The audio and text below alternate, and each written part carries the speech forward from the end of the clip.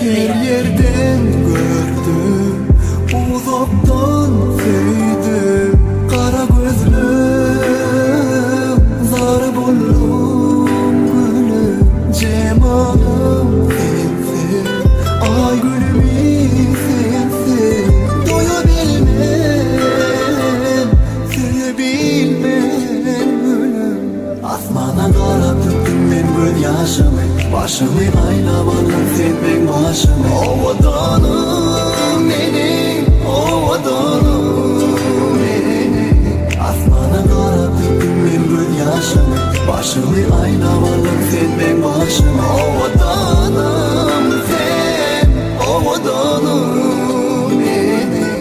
Sana aşık setirlerim başlasın men taşlaştımın senden azışmırın men. Bilyen karıştırdım men, gözümü yaşarttım men. Balam gör közlerim sana özümden maşkasın men. Cemalını uğrattım, alınmı öpücüğümü. Martın 28'li durmuş gör közü baktımı. Duşurdu, aşık etti açtı yumuk gözümü. Uruş topırdan örüsüm yelen o gözümü. Sen yoktan bana demalmağım ziyan. Sen belyen men bağıtla çığımı duyan. Göz yaşın et menden başka kim pozsun ay. Söyleyen seni cemalım diyfen olmaz hiç ay. Cemal, Cemal, Cemal eline şefal. Demal, Demal, Demal sevim için asal. Bulaydım sevimiz dur izini dinle. Gözün yum, meneyem geldim. Her yanım sensin, sen canım sensin. Yüreğimden ölen olmasın yalan. Umurun sensin, olmaz sen bensin. Bile olsun elim, bile olsun deme.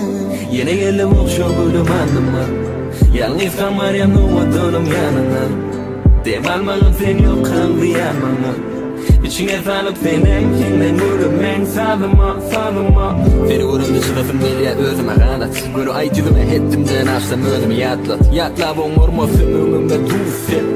Eret buzunu juda olmasa kaynadım sesin kaçat basını. Bana karab döktüm ben göz yaşımı. Başımı aylap aldım sen ben başımı. O vatanım benim, o vatanım benim. Asmana karab döktüm ben göz yaşımı. Başımı aylap aldım sen ben başımı. O vatanım